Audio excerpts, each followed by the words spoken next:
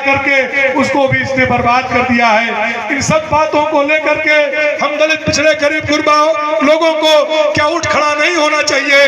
क्या इनके खिलाफ एक ऐलाने जंग नहीं छेड़ देना चाहिए? अगर आज नहीं छेड़ेंगे तो कब छेड़ेंगे, ये आप हम सबको तय करना है।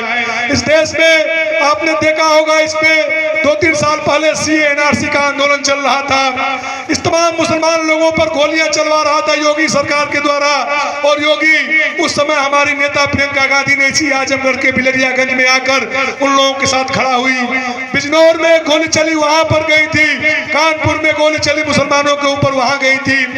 अभी एक दलित बहन की जो हाथरस की रहने वाली थी, कुछ सामंतों ने उसका बलात्कार भी किया और उसकी हत्या कर दी थी। उस हाथरस में भी प्रियंका गांधी और राहुल गांधी ने उन दलित लोगों के साथ खड़े होकर उसके न्याय और इंसाफ की लड़ाई को लड़ा। इस देश में बहन बेटियों की अस्मत सुरक्षित रहे, इसकी भी लड़ाई कांग्रेस के लोग लड़ रहे हैं। मैं ये बात इसलिए कह रहा हूं कि हमें होशो हवास में रहना है।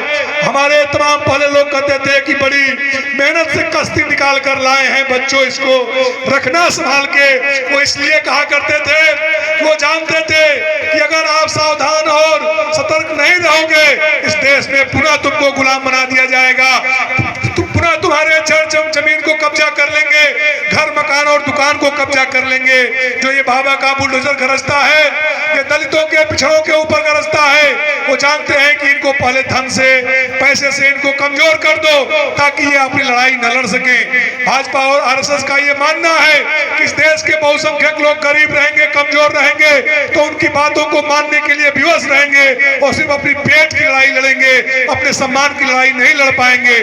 तो उन लोगों ने तमाम हथकंडे अपना रखे हैं, और सबसे बड़ा हथकंडा उनका है जो धर्म का सहारा लेकर के इन धुर्तों ने हमारी पीढ़ियों को बर्बाद किया है।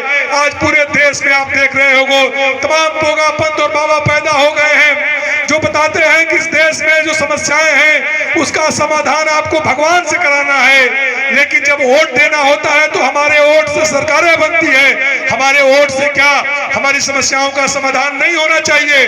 लोकतंत्र की एक खूबसूरती है कि आपके पास ताकत है वोट देने की, और वोट से सरकारें बनाइए और बिगाड़िए।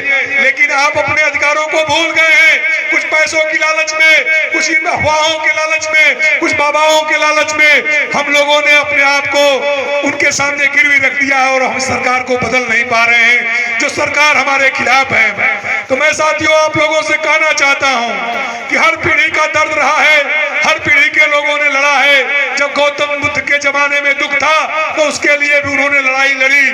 जब